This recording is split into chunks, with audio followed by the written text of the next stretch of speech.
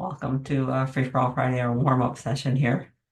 Glad to see people checking in already. Hope you have questions for me. Look at that beautiful sourwood. It's such a pretty tree when in the fall. Um, we did see quite a few of them in that color as we came back from South Carolina last weekend. Just beginning to turn. We've tried to grow them here, and we've had a little bit of success in sheltered areas, but nothing like having them wild on the mountains near you. Today I spent some time with a neighbor going through her garden and much of her indoor garden too, which is was a good preamble for our next webinar. Tomorrow our webinar is about extending the season, but December's webinar is houseplants and how they're the new things that people are doing with them and the new, hopefully, younger gardeners that will kind of nab to come in and take care of things. If anybody's got a question, you can put it in the chat or talk. I see a question there from Nancy. Hi, Nancy. I am also wondering about the warmth of this fall. It's hard to deal with these unsettled seasons where it stays more like summer one day or 3 or 4 days because it's been beautiful the last few days. So Nancy says that she's wondering about putting down fertilizer, the slow release fertilizer. Is it too early to do that since it's still so warm? And is it too early to put mulch down, especially around roses? Well, I don't consider it too early. The leaves fall off the trees, and once the leaves fall off the trees, the ground is mulched, and nature can't take those leaves back just because it gets warm.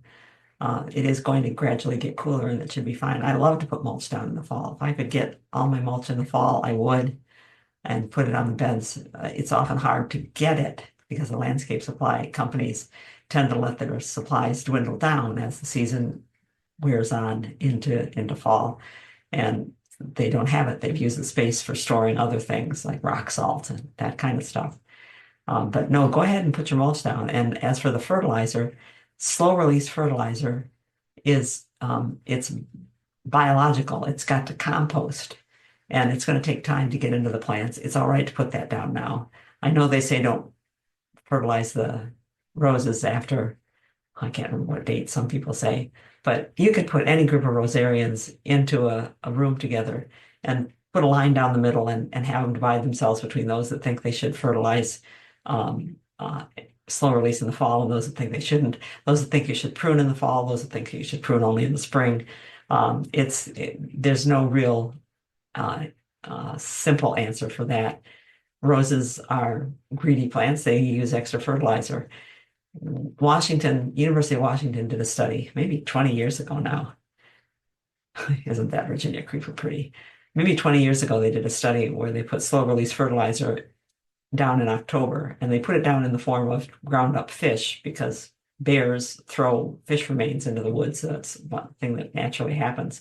And they marked the nitrogen in the fertilizer with something that they could trace afterwards. I think they use isotopes of some kind, but I don't know the details. But they found that when they put the fertilizer down in October, by December, half of the nitrogen that they had applied was already in the plants, and not just in the roots, it was in the wood of the plants. So the plants had not only taken it up, they'd taken it up and utilized it as in within cells in the plant. So you don't have to wait until spring for these things to take hold. So go ahead, fertilize, put your slow release fertilizer down and go ahead and put your mulch down. Sony was asking me this week because she's working in her garden, and it's one of her goals this year. She's on sabbatical this year from the University of Toronto. And when she finished her sabbatical project, which she did with great alacrity early on in the year, she said, this fall, I am going to get my garden all done in the fall. I am going to get everything done the way that it's supposed to be done. And she's been working on that. And she called me to ask whether she was being a little bit obsessive in that she raked the leaves off and then put the mulch that she bought down and then put the leaves back on again. She said it just looked pretty with the leaves on there. And no, I've done the same thing. I try to get the mulches down before the leaves come down because I like the leaves to come down and just be the final coating on everything. So anyway, go ahead. It is not too early. there will be a hard frost coming up soon, and that will slow things down in terms of growth. Are there any other questions? Barb. The Lysimachia sawflies. In chat, Barb is asking about the sawflies that attacked her creeping Jenny. Lysimachia is a group of plants that we have native ones. We call them yellow loosestrife, and they're not related to the purple loosestrife that has been outlawed in so many places in the United States Northeast and the Midwest as an invasive plant taking over wetlands. It's not that Lysimachia. It's not that Lythrum. But I think the sawfly came from Europe via Canada on Lysimachia terrestris, might have been terrestris, but the sawfly pest, jumped to our native Lysimachias, and it can really make a mess of them. Doesn't usually kill them, but makes a mess of them. Sawflies are insects, soft-bodied insects, when they are doing damage to the plants, that look like people mistake them for small caterpillars. They're quite tiny, full grown. They're probably not even, and stretched out, they're probably not an inch. And you don't see them stretched out. You see them curled up if you disturb them on a leaf. They are laid on the plant by the adult that comes out of the ground after having wintered over as a pupa, like a cocoon. And they're an insect they're like a little tiny wasp, but they're not a biting plant. They're like a gnat. And they lay their eggs on the Lysimachia. The sawfly larvae hatch out and begin eating the leaves. At first, you don't see much going on because they're tiny and they're not eating very much. But as they get bigger, they start eating a leaf a day, and they can strip a yellow loosestrife plant or a creeping Jenny plant. And that's what happened to Barb. Is she had whole bunches of them show up and just strip her creeping Jenny, that golden coins ground cover plant. She'd never seen anything that happened like that before. She's wondering, is there anything she can do to prevent them from being so bad next year? Well, they're with insects, when they're really bad one year, they might not be bad at all the next year. This insect populations kind of go to a peak, and then their predators that eat them catch up with them, and they crash. You don't know that there's going to be a crash next year, but there might be. But if you want to hedge your bets, then do some things now to reduce the number of larvae that survive the winter. So don't put mulch in that area, maybe within about 10 feet of the plants, because the sawflies dropped off the plants into the ground, and they spend the winter in a cocoon type state before they come out in the spring. If you leave it bare, they're more exposed, and B, the birds and things that scratch around, and birds do scratch around a lot on the ground. They're not just hopping around doing nothing. They're picking out bugs. We'll pick out more of those larvae over the wintertime so that you can cut down the numbers. Then next spring, you're going to need to monitor the plants. Well, take a look and lift up the leaf and look under it for these insects when they're still small. And once you see them there, then you can use something that would kill a soft-bodied insect. And the oils will all do that. So you can use neem oil, what's called oil? Horticultural oil that you can use during sun spray oil that you can use during the growing season, insecticidal soap. You can also use a systemic, because the first three things, the oils and the insecticidal soap, they kill by contacting the insect. It's not something that you can spray on the leaf and they eat the leaf and that kills them. It's that they smother when you, or their shell breaks when you put oil or soap on them. If you use a systemic, keep in mind that all parts of the plant become toxic. So even the flowers and the nectar, if you're into wildlife, if you're using a systemic like Bayer Advance, it gets absorbed into the whole plant. I hope that helps with the Lysimachia, Barb. I have to tell you about something that happened with Sonia this week too, while I was talking to her. One of her black labs is the sister of our younger black lab, and the two of them share the trait of being stupid. They're sweet dogs, and it's not that they're dumb. They're just they're wild. So unlike the older labs that can just accompany us in the yard, we generally have to put them on a leash when they're out in the yard with us. And Sonia was out in her front yard working in the garden, and the dog was on leash near her, and a dog walked by the other side of the street with someone.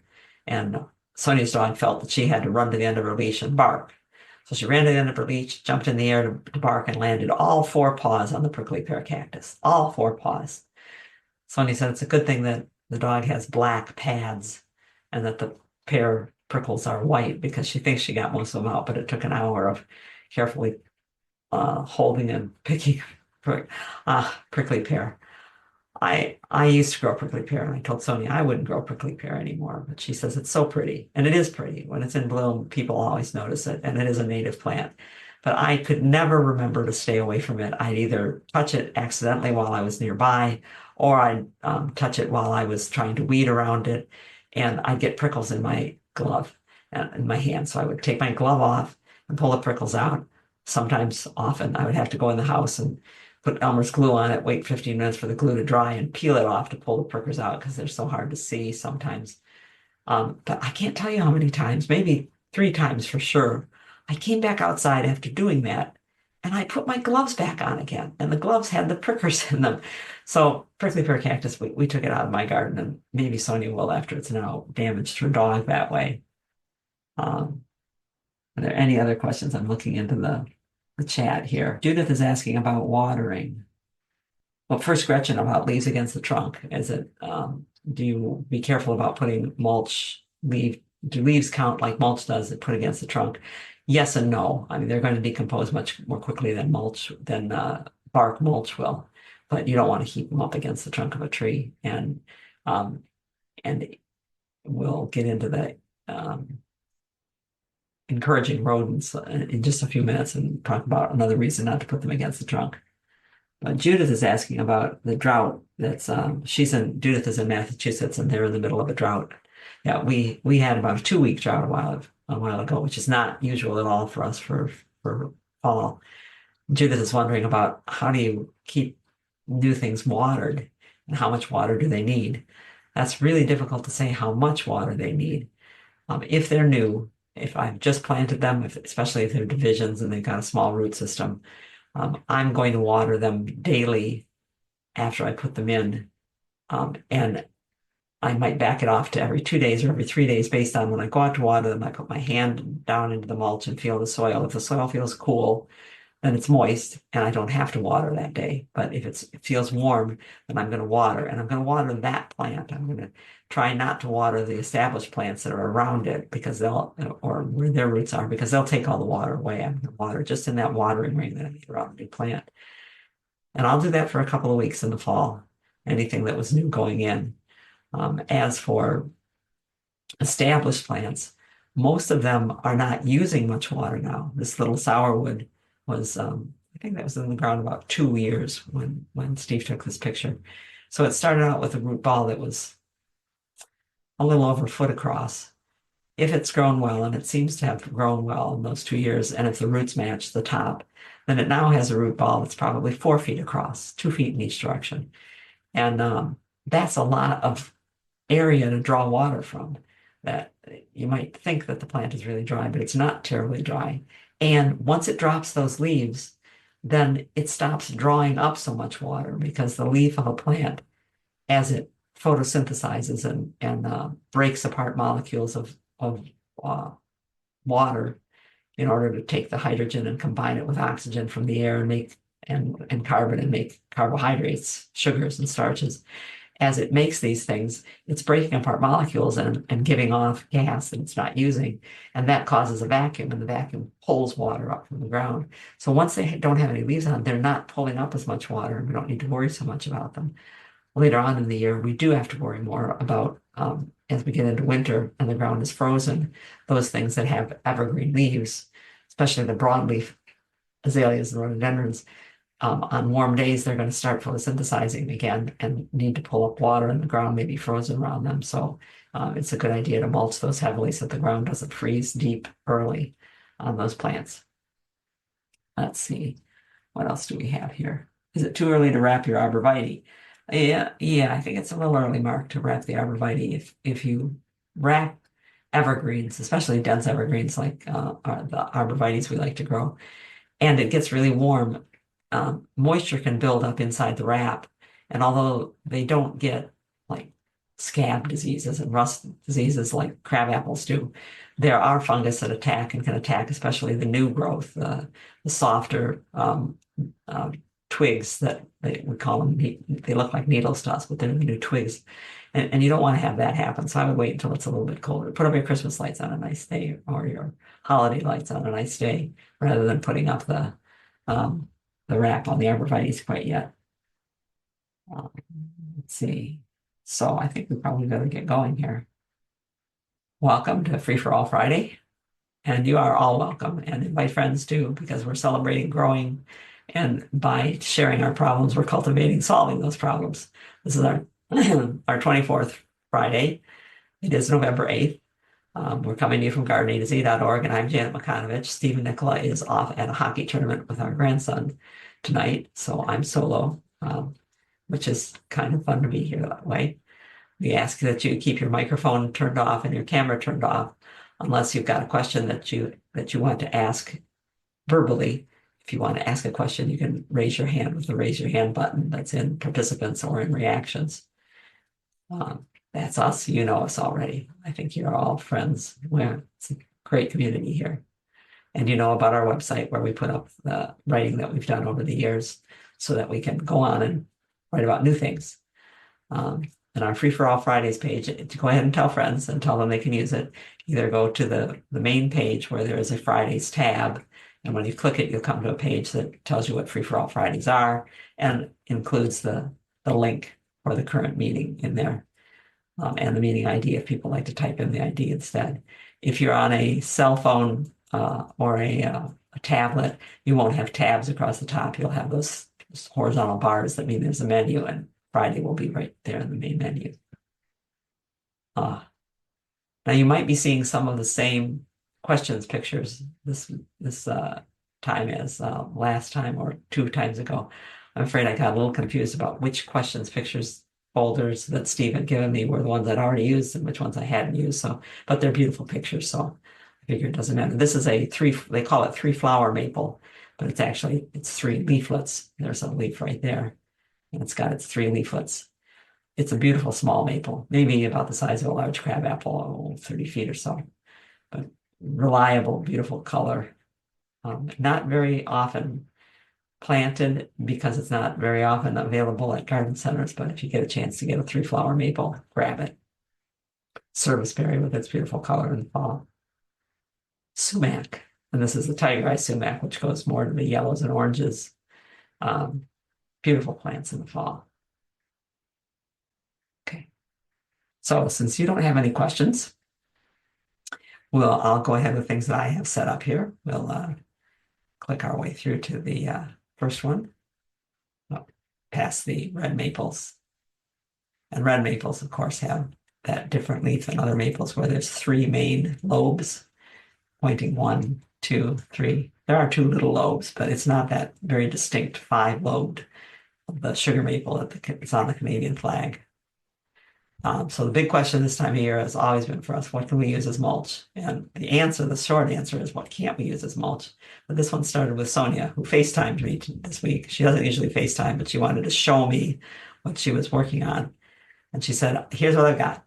I have bales of straw that were left over from the Oktoberfest at our brewery. And I'm thinking I'm going to use the straw as mulch on the vegetable garden area, which is here and then spread out in a couple other areas. Is that okay? I said, yeah, it's okay. Make sure that it's straw, not hay. Hay has the seeds in it. You don't want to put in seeds of forage plants in there. Straw is when you open it up, it's compressed in those bales. So 2 bales, not 3, covered this whole area. And Sony said it's about 6 inches deep. Is that okay? Yeah, that's okay. There are a couple of pluses and minuses to using straw. One is that it's lightweight and it's relatively cheap to use, and it is a good cover for the ground, and that's a plus. But it's also it's very decay resistant, so it's still going to be there in the spring. And you're going to either have to remove it if it's an ornamental garden, or in the vegetable garden, it's fine. You just push it aside and you can plant right through it and you've got your nice mulch in place already. If it's a garden you walk in and out of a lot, Sonny walks in and out of this garden quite a bit, working on the beds and harvesting things. It's slippery to walk on, and that can be an issue. Some people will also say it can be a fire hazard, and depending on what part of the country you're in and whether it's dry, that's certainly true. Um, I looked at this and said, well, the one thing that I worry about mulch, no matter what kind of mulch it is that you use, is that this time of year, if it's not, we haven't had a hard frost. We haven't had a killing frost yet. We've had frosts, but we need a hard frost that's down to 24 degrees or below. And that's going to kill pretty much everything except the evergreens, at least partway back. And it can put ice into the ground. So if you see a heavy mulch like this and the ground is still nice and warm and diggable, sometimes putting a heavy mulch in will encourage critters like voles, meadow mice, maybe even chipmunks, maybe even rabbits, to move in under that nice cover. And if you've got woody plants like here are the roses that my son-in-law likes so much and that Sonny takes care of on the back wall. And here, I think it's a pear tree she's got in the back of the garden there. If you've got critters that have moved in close to these things, it's going to be very simple for them to move in close to the wood and chew the base of the wood. And that can girdle the tree. Maybe 7, 8 years ago, we had a bad bull year like that. And a lot of shrubs got killed back. We had to cut them back and let them grow back again. So I told her, there where your woody plants are, just reach in and pull that mulch back and just keep pulling it back until you've got a nice wide ring of no mulch around that plant. Later on, when the ground freezes, you can push that mulch forward, but don't mulch right up to the base. And to Gretchen's question earlier about leaves against the trunk of a tree, that's even an older tree can get some damage from chewing critters. Usually it's the smaller stuff like this that's at risk, but it is a problem. Let's see. Oh, maples are such gorgeous trees, aren't they? Most of our leaves are down now. When we went down to South Carolina, we went through some beautiful color that was pretty much peak. Coming back, it was done. When we left home here, the leaves were beautiful, past peak, but still on the tree. When we came back, they were down and they were all in bags already. I've lost most of the leaves that I would usually steal from the neighbors and put on my garden. Beautiful. They're just gorgeous plants in the fall. Okay, mushrooms. Barb asked about a mushroom earlier and sent a picture that we'd asked for a follow-up picture. And we told her we're going to give you an identification based on what we think we can see, but please take this warning that I'm not a mycologist and Steve's not a mycologist. We're just amateurs who like to try to put a name to a mushroom the same as you and I do. And when we look into edibility of a mushroom, whether we read and hear that it's edible or not, we don't trust that ID. We just don't. I have read too many stories and actually talked to people at the Mycologist Society that's in California. We went to one of their conferences one time, and they tell us that very knowledgeable people can make mistakes with mushrooms, and you serve them to guests and people get sick. You just don't want to have that happen. So play around with the names, but don't get too into it. To identify mushrooms, Barb had sent this picture. Did we know what this one was? And I said, we need to be able to see the underside of the mushroom to look at the identification keys, like whether it has gills. Those are gills. Those gills, and whether the gills are attached to the stem or free. These are attached.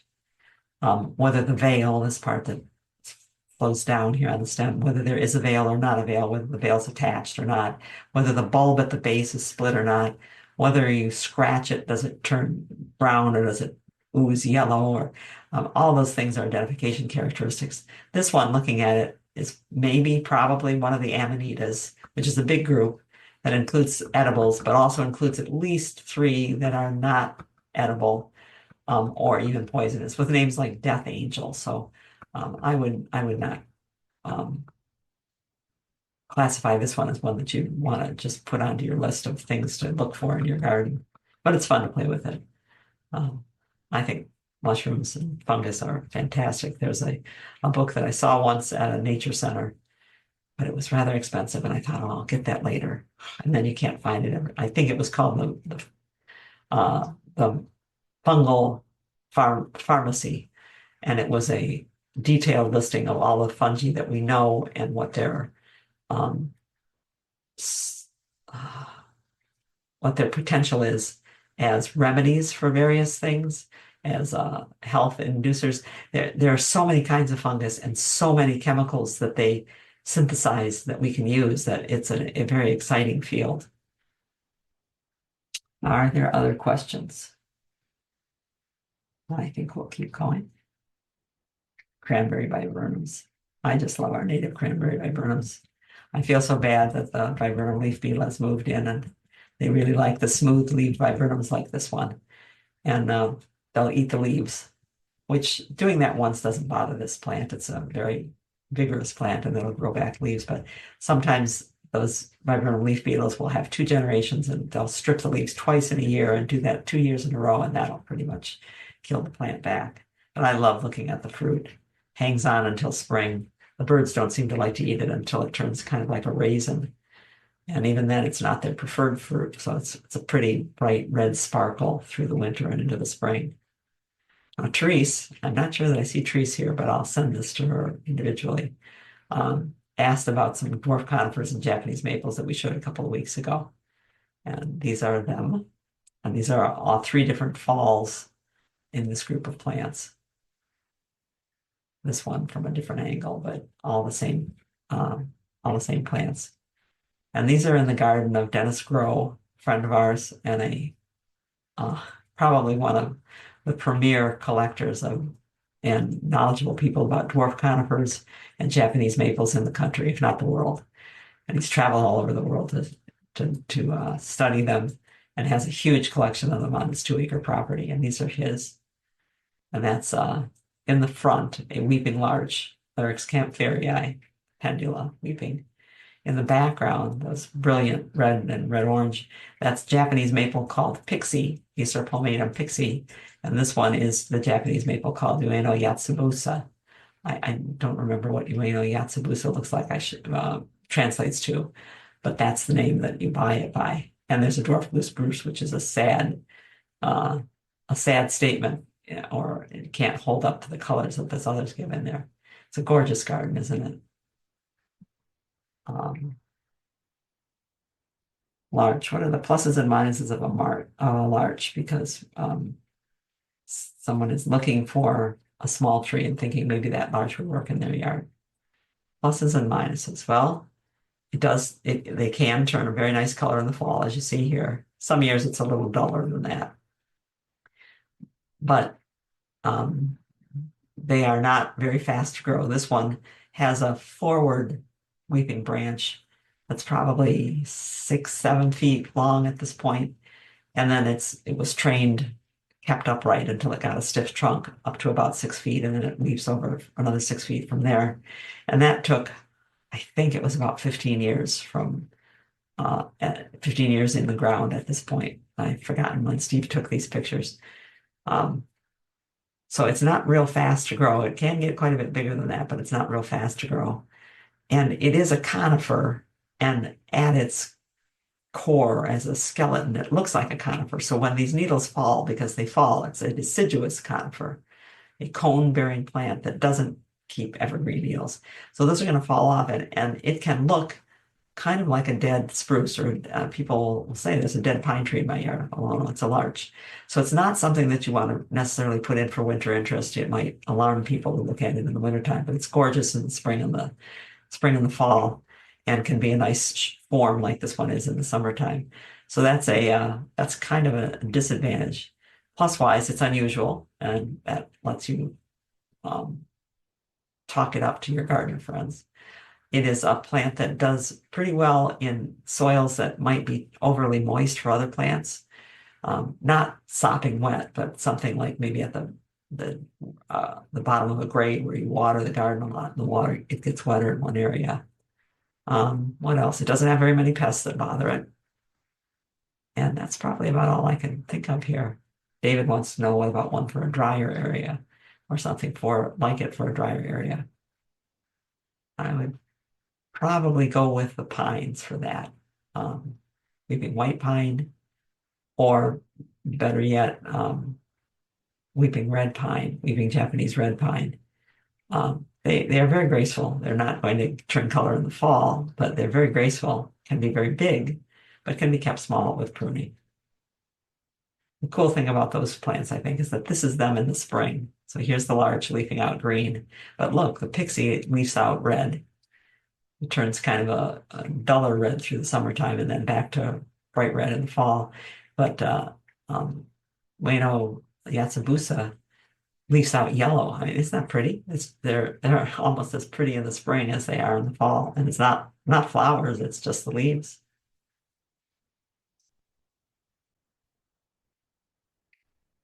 There are a few mushrooms. So Robert Schaefer, who's a professor at well, he's professor emeritus now at UM. Is that UM Michigan? Oh yeah, Schaefer, mycology, fungus. But there are a few mushrooms that the only way you can identify whether they are edible or poisonous look-alike is to do a spore drop, basically leaving the cap overnight on paper and identifying the spores by color. Yes, and there's so many things like that about fungus. Thank you, Diane. Just something about mushrooms. Large Alberta spruce topiary in a very large English pot. Any problem leaving it in the pot in any special care. Dwarf Alberta spruces, I'm assuming that's what the Alberta is here. Okay, I'll get back to you, Judith, about the drought protection, the drought, what do you call it, drought remedies. Mark is asking about dwarf Alberta spruce, and it's a topiary, so it's been pruned probably to look like a spiral or something. The dwarf Alberta spruce is a sport mutated branch that was noticed on a on a white spruce, and it was in Alberta. As my understanding that a horticulturalist or a nurseryman who was in the train going across the Canadian plains saw the broom, the strange growth on the side of the tree, marked it, came back to it, and bought that little bit of property from the farmer so that he could take cuttings from that plant, and we get the dwarf Alberta spruce with littler needles, slower growth rate, denser growth. Steve and I refer to them as the Christmas trees with cellulite problems because they get a little bit lumpy on the outside. They are, as I said, from Alberta. They're zone 3 hardiness, which means that if they're in a pot above ground in zone 5, they've still got a zone to spare before their roots would get cold enough in most winters to hurt them. So they're often left in pots. We put them in pots quite a bit, or in raised beds that have a west side exposed and it's cold. They should be fine. And is there any special care? No, really nothing that you need to do to it. It is true that many dwarf Alberta spruces burn in the springtime on the side that faces the sun. What happens to them is that in the springtime, in the late winter and the early spring, on days that it gets warm, the needles on the warmer side reabsorb water from the wood around them, water that was pushed out in the fall in order to make them less likely to explode their cells with the water in them froze. They reabsorb that water and begin photosynthesizing, and then it gets cold at night and the needles die. But the buds don't. So if you put it in a large pot and it's getting exposed to that side, on that side, it might be more susceptible to burn, which means shade that side in the spring or rotate the pot every time you come by so that it's not the same side that's facing the sun.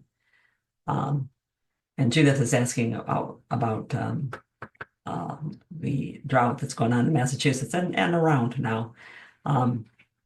She needs to make up for lack of rain for the shrubs and the bulbs that are already in the ground.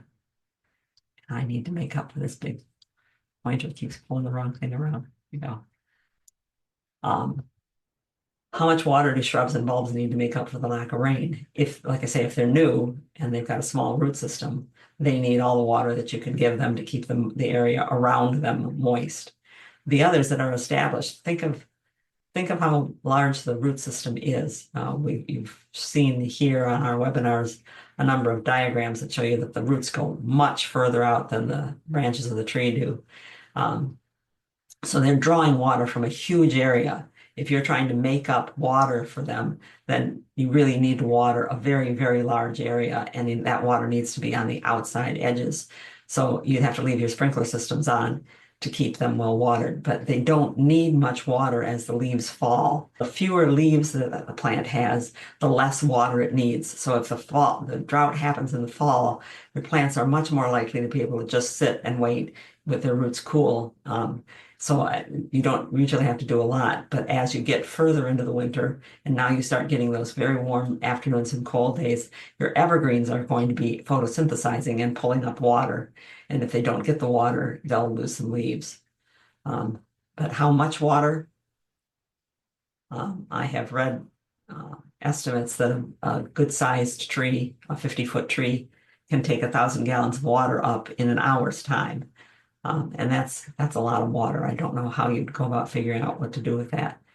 We used to use a big, we have had 2 black labs or 2 collies for all of our time together, Steve and I. So we always have a big water bowl for the dogs. And we change it every time we feed them, and we feed them twice a day. So we would walk out with the water bowl and dump it on our false cypress outside the back door in order to make sure that it had enough, and it loved it like that. So just giving it some water every day. David is wondering about if there's any similar shrubs like the weeping larch that might be more tolerant of drier soils, because he has just sand. If you're in a sandy soil in a drier area, you want to stick with the pines more than anything else. Is that equivalent to a larch? No, it's not. The weeping white pines tend to be bigger, faster than the larches. They don't get the color in the fall. Personally, I think they're beautiful, but I would go with that. And if you're in a protected area, thinking about where you are, David. If you're in an area that's definitely zone 6, that's gotten warmer than the zone 5, you'd probably do really well with the Japanese red pine. The weeping Japanese red pine has a beautiful bark on it, a beautiful red broken color bark, and soft needles, and a very nice habit. The upright ones are sometimes called umbrella pine, but that's what I would switch to, would be the weeping pines. What else would take up space for a larch? A weeping beech that's not trained to be a tree, because it'll weep onto the ground. No, Janet, not a beech, not in sand. Strike that. I never said that. You shouldn't be recording that. What else? I guess I have to think about that. Mark wants to know about putting water on his dwarf Alberta spruce that's in a pot for the winter time. Snow works really well. Or, as people have said a number of times about houseplants inside, you can always just put ice cubes on it. And then if it's warm enough that the plant actually is going to be using water, then the ice cubes melt, it gets water, and it goes on from there. But once the ground gets cold and it gets frozen, then it's not going to make any difference, because the plant's not going to be able to draw up any water. We like to shovel snow on top of plants in the wintertime. Oh, I'm caught up. That's pretty neat. Japanese maples and burning bushes. Okay, so Barb, a different Barb, sent this. And I'm going to stick right now with, this is not a slug problem. She said, I'm cutting down my hostas and cleaning up my area, and the hosta leaves don't look too good. Some of this looks like the response that they make to drought at the end of their year. They scorch the edges of the leaves and they're turned over now. But some of it is, if you look at the stems here, and this is what Barb was asking about, she said, what did that? Is that slugs that did that to the stems? Because that damage to the stems can definitely cause this damage to the leaf, because everything that gets to that leaf has to go through the stem, and they're damaged.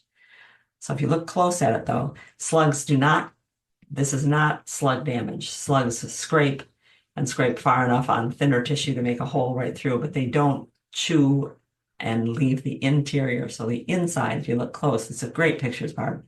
Your a shining example to people of the kind of things that it's really good. It's hard to get them into a place where they're not in the shade. It's hard to get where you can see close up. It's hard to find out whether or not they're in focus. But something was pretty clearly inside the stem, eating, and then chewed its way out. So it looks to me like an insect laid eggs in the stem of the leaf, in the stalk of the leaf. When they hatched out, they mined inside. It's a borer if it's wood, it's a miner if it's something that chews away the inside and has already escaped from there. I don't know what it is, and I'm hoping that there is someone out there who's talked to other hosta growers and has seen this before, because until I can get a hold of one of the entomologists well, whoever has not answered us most recently, we kind of rotate who we prey upon to find out if they know what it is. It's possible that it's grasshoppers, because Barb also wondered, well, there's the leaves that are in trouble. She also wondered, she says, this slugs? No, that's not slugs. Either something ripped at that leaf when it was still rolled up, and I don't think that's what it was, or this was grasshoppers or beetles. And my bet is it's grasshoppers. If you get a lot of grasshoppers, they do a lot of ragged chewing on the edges. And where is it there? See the very circular hole?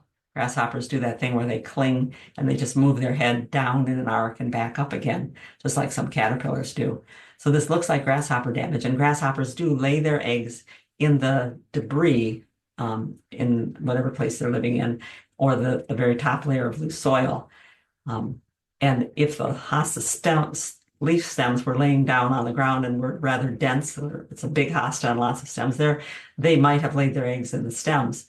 The problem with that theory is that grasshoppers, at least all the grasshoppers that we've read about, lay their eggs at the end of their season and they overwinter and come out the next spring. And this appears to have happened now, unless the grasshoppers emerged in the spring and did that damage. So we're waiting to find out. And if anybody's seen this before, and Priscilla, if you can sound off if there's anything you've seen before, that'll be helpful. Until then, it'll be a mystery. It'll be one of the things that the more people we ask, the more likely we'll find someone who says, I figured that one out.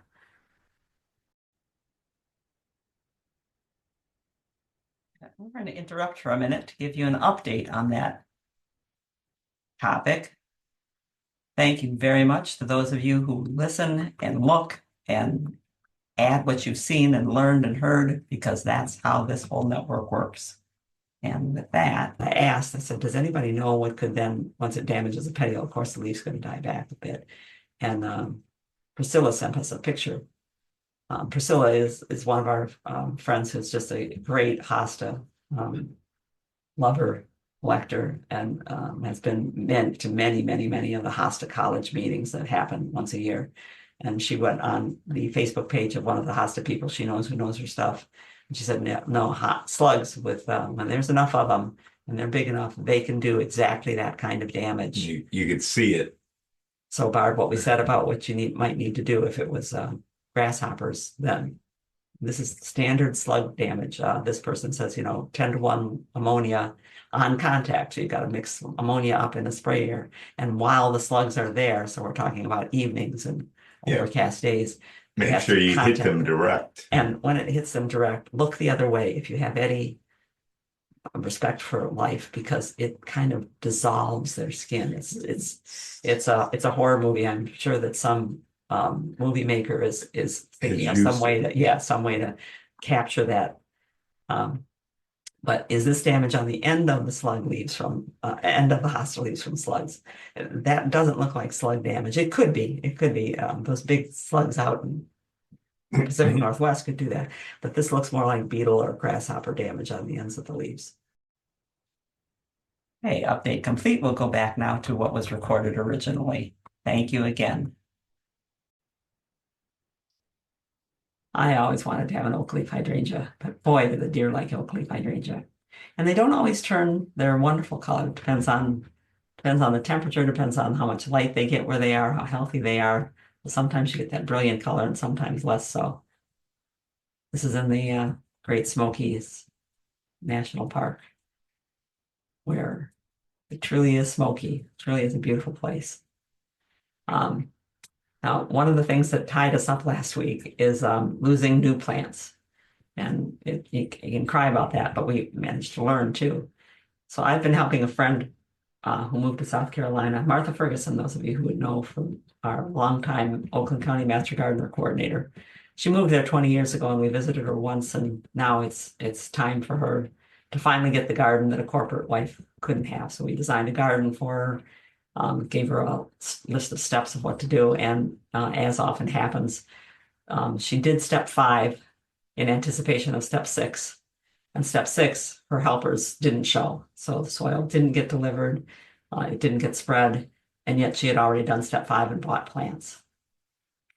So Steve and I helped get the beds ready so that we could put the plants in. But the plants themselves had a problem. She had purchased the plants and then having to leave for a couple of days to help a friend drive down to Florida. She put the plants all in a crate, in a plastic bin, like you can roll underneath your bed. She put them in a plastic bin outside so that she could put water in the bottom, let them absorb the water, and know that they wouldn't dry out while she was gone. Well, while she was gone was during that period when hurricanes were coming through, and they didn't hit her place, but she got lots of rain. So the plants sat in water. And that's terrible. Hundreds of dollars worth of plants gone, special plants that maybe can't find exactly that one again. But what can you do? They're gone, and you can learn from what made it and what didn't make it. And I was actually pretty surprised at which plants lived. I put them in order on the list of which lived at the top without even seeming to care that they were sitting flooded in water for probably 4 or 5 days, and actually more than that because I was pouring water out of it still when we got there. So the ones at the top did the best. The ones at the bottom survived. And seemed to have good buds, but there was some damage. So Carex, which are the sedges, there were 3 kinds of sedges out there. The hostas just kind of said, fine, water's no problem for us. Astilbe didn't do badly. Virginia did okay. A couple of the tops, the crowns had some rot in them. I had to cut them away like you would cut away a bad part of a potato. Ajuga did fine. Except that it lost most of the roots that it already had, and had in the moist soil on the top made new roots. The coral bells, the heuchera, did better, much better than I expected. And they'd lost quite a few leaves because the leaves themselves couldn't handle the water, but the roots did all right. The hydrangea did well, and it also, it was in a fairly large pot, when I took it out, the roots at the bottom had rotted, but the rot had not spread throughout the root ball, so we were able to rescue that. The plum yew it's not a yew like our yews. Our yews that we grow in the north part of the country that are hardy here are terribly susceptible to water. If it had been one of our ward IUs or Hicks IUs or the things we put around our houses, it would have died with 24 hours in the water. But the plum yew is a different species, and what it did was it lost its lower roots and had grown a whole new set of roots. The Amsonia died back on the top. That's Blue Star had died back on the top. But all of the buds were good on the crown, and so I think it's going to be fine. But flat out rotted right away would be the acanthus, the bear's breeches, and the hellebores. All the hellebores were lost. But there were still a lot of plants to plant, and we planted. And tomorrow, if you're at our webinar, we'll tell you about the soil out there. It's an interesting thing to do. Questions about that? I don't see any questions in the chat. Looking down from the Smokies on the hills below, and the plants changing color. And what's really cool about looking at a landscape like that is that those are all tulip poplars, Liriodendron. It's got another name, another common name. Tulip poplar, tulip tree, they call it. They're all changing color at the same time as species do. And what you're looking at is a water-loving tree following the stream. So there's a stream through this valley, and there's a contributing stream coming down here and joining with it. The trees are showing you where the water is, which is kind of neat. Well, so when we got back from South Carolina from helping with phase 6 of the garden, we said we can replace this plant. There's a lot of plants on year-end sale up our way. And we have to put them on hold, which means up potting them or putting them bare root to hold. So new hellebores, new bear's breeches. There's the acanthus. And this is Acanthus hungaricus, which is got a bigger, broader leaf and a few less spines than the really hardy one that's hardy in Michigan, but this will be fine in South Carolina. And these were all on sale. Good sized plants, much bigger than the ones that we're going to go in. We bought some replacement plants, and that's great that they're on sale, but they've been in the pot all year round, which is not all year long, which is not so great. They've grown a lot of roots out of the bottom. Those have to be broken off. Just admit it, they have to go. I know people will do things like they'll straighten them out and try to pull them through, but you're going to need to lose those roots. So get them out of the way so that they're not knots stopping the plant from falling out, from sliding out of the pot. And then a pot, something that's been growing all year long, you need to break it loose from the sides of the pot. So I'm squeezing the pot against my leg in order to loosen it. It's not an easy squeeze usually, especially with the bigger pots. So I'm putting it against the ground and rolling it with my arm and leaning on it, and it still didn't come out. So now I'm putting my knee on it, and at that point I could feel that it loosened. Now you put your hand on the soil. One hand goes on the soil, or you just put your fingers around the stems of the plant. The other hand, you slide off the pot or knock the rim of the pot so that it comes off.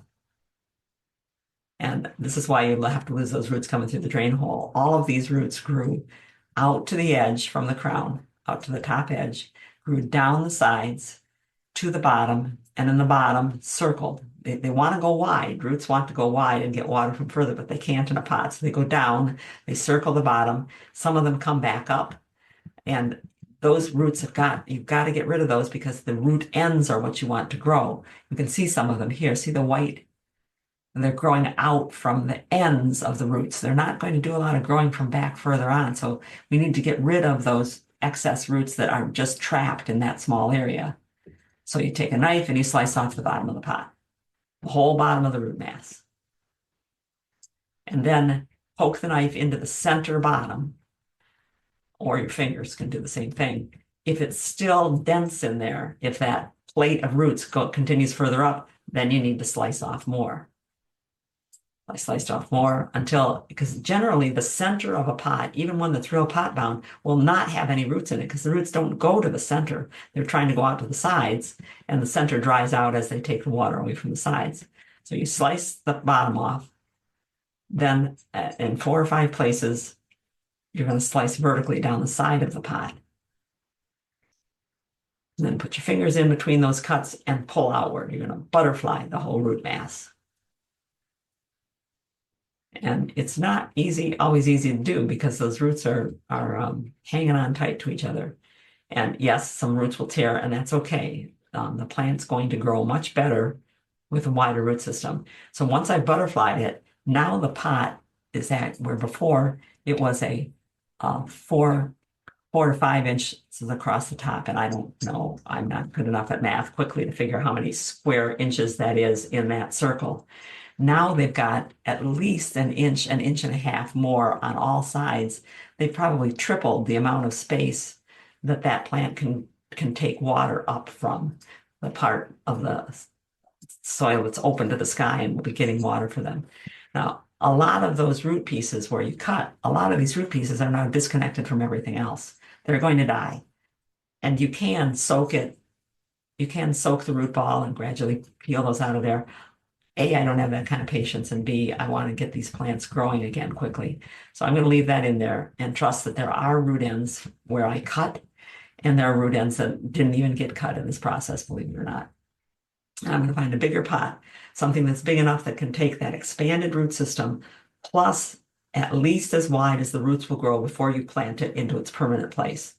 I'm actually going to put these things with their roots spread out in a holding bed because we're going to pull them back out again in December and take them down to South Carolina because we can still plant down there then. But if I was putting it in a pot for the winter, I'd want a pot that has at least another inch all the way around because that's how far those roots are going to grow, at least how far those roots are going to grow. And if you don't believe me, look at this. This is one of the coral bells that Chuck Martin and I chopped up at our last webinar. I broke it into pieces. Each stem had the stem and the buds that I showed you that day, not roots yet. I buried them and kept them watered for about 2 weeks. And in 30 days, these new roots, which were not there at all, have grown about an inch, even more than an inch. I've circled 2 of them that you can see there. And that's what's going to happen to your hellebore. You can look and say, well, I've seen them grow that far, but you know you don't want to have them just aim right down to the bottom of the pot again. And I went to get the potting soil so I could pot it up and show you potting it up, and realized, oh, I gave my neighbor Kathy that bag of potting soil, so I have to go get another one. And that's okay. I just ripped up newspaper. I know not everybody has newspaper, packing paper if you've got it. I ripped up strips of newspaper, crunched them up and put them in the bottom of the pot. Then put the plant in, and then crunched up more bits of newspaper and tucked them in around the sides, because I just need to keep those roots moist until they go where they go, and moistened everything, and then set it aside until it's permanently planted. It will be fine just in there. I put it in the garage so it's out of the wind, and it'll be just great. Okay, I see that there are some chat going on here. Diane in Waterville is saying she didn't see any grasshoppers in her yard this year, which is quite unusual because up until 2 years ago, they had them everywhere. And they had a drought too, but it could be that spraying for mosquitoes had an effect. Butterflies, moths, and lightning bugs were few and far between. That's always sad. It is possible that the spraying for mosquitoes had something to do with grasshoppers, because it is a broad spectrum insecticide that they're using for the mosquitoes. But it's also possible that it's a natural crash. Insect populations do build up, the herbivore insects. Then populations tend to build up, and then as their predators build up in a curve just behind them, there's a crash and they'll be gone for a while. But I know that we had from the 70s until it was probably 1991, we just didn't see any lightning bugs. And I'm out a lot. Out a lot I was out a lot working late in people's yards because I never got anything finished on time. I always found something more to add on to do. And one year in, I think it was 91, we were just blown away by, look, the lightning bugs are back. Diane in Waterville, down in Toledo, I was talking to Dave Shetler, is a entomologist who used to work up at Dow Gardens in Midland. And he switched and went to Ohio State, and then to Rose Exterminator. And I used to talk to Dave Shetler. He was one of my people I would prey on with insect questions. And we were talking one time about where they had gone and why it seemed like from 70 something until 90, there is a pesticide. I've forgotten its name. It'll come to me. There's a pesticide that was heavily used all over the country around new buildings in order to keep away termite problems. Shoot, I've forgotten its name. And it was outlawed at a certain point in 70 or 71. It was taken off the market because it had shown. No, you have to wait. We have comments from the dog here. It was taken off the market, but it has a 20-year residual. And Dave was saying that when they took a building down, demolished one building on the campus at Ohio State, and were building another one, when they pulled the visqueen sheet back that had been around the foundation of the old building, you could smell the insecticide still. And we both were talking about, do you suppose that it's the residual in the soil, since lightning bugs are, as larvae, must live in very close contact with the soil? Do you suppose that it was that chemical that was suppressing them? And now that that chemical has finally timed out 20 years later, and the residual is gone, that we're now seeing more spiders, more ants, more grasshoppers. The problem is that you would have had to start a study 70 years ago. So if we can ever time travel, maybe we can look and see if that's what it was. No, not DDT, Nancy. Thank you for that. Chloridane, like Clorox, CHLORDANE, chloridane. The bug doc, yes, he does know his stuff, and I'm hoping next time I talk to him, it's been a long time since I talked to him. He had 2 daughters, I think. I know he had daughters, and I said, are they interested? He said, no. I said, that's a shame, because when you're as knowledgeable as you are and as enthusiastic about it. And he's a gardener too. He's not just an entomologist, he's an entomologist who sees things in the garden. I said, and your kids are hearing you talking about it, and they could be really, really intensely good gardeners or, yeah. Anyway, there we go. I thought it was Shetler. That's how long since I've talked to Dave. Diazodon crystals. Nancy, are you using that, or you're wondering if diazodon crystals or what? No, diazodon was on the market still for quite a while. It's chlordane for sure. Certain it was chlordane. Looks like that's all. Okay, do I have anything else set up? Let's see. Let's see what we didn't cover. Uh-oh, we've only got 6 minutes. So I hope there's not much we didn't cover.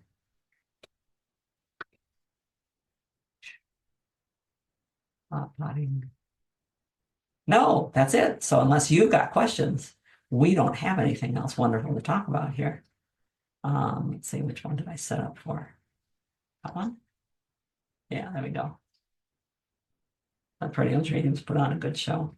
Definitely put on a good show. Is anybody's Itea virginica finally coming into color? That plant always waits until I've given up on it, and then I walk out in the morning and poof, there it is, turning its color. There's such pretty plants, but they're such hard things to keep under control because when they're happy, they sucker all over the place.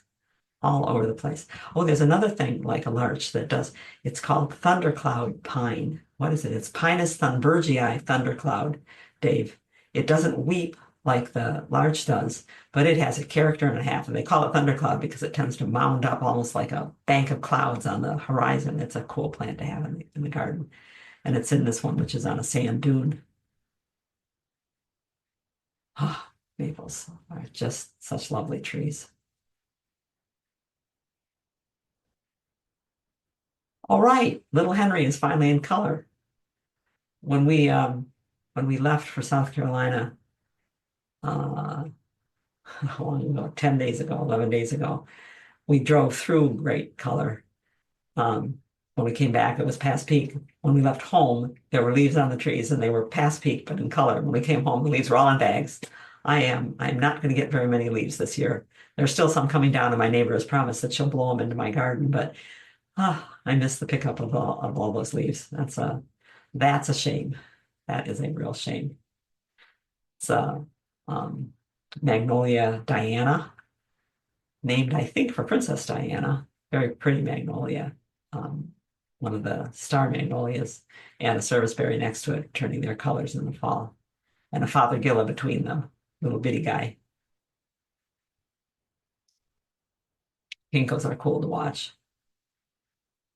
I like watching them as they turn color quickly. They turn from green to gold quickly, and it always looks to me like the color is draining down out of the leaf because it'll be yellow along the outside of the fan and greener as it goes down. It's a very cool thing. Green is draining away.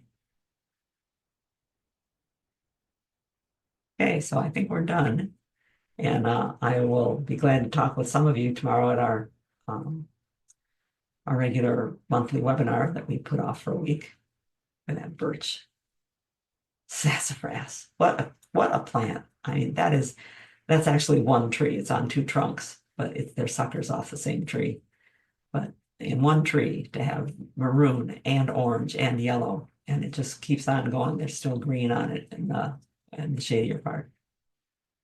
It's an older sassafras.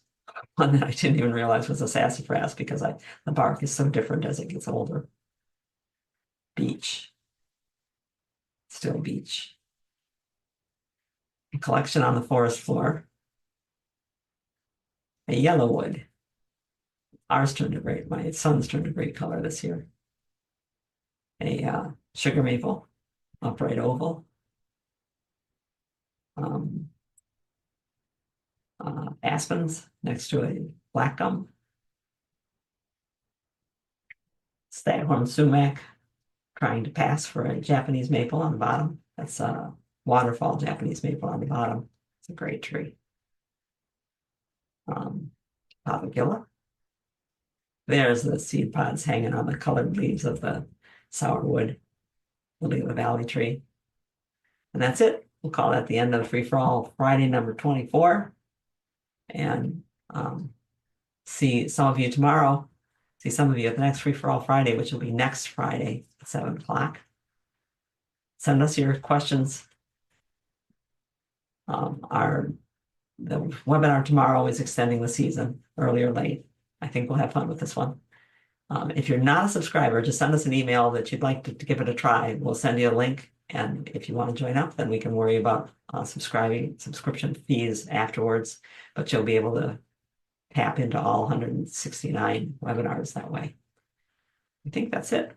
That's it. Thanks for being here, guys.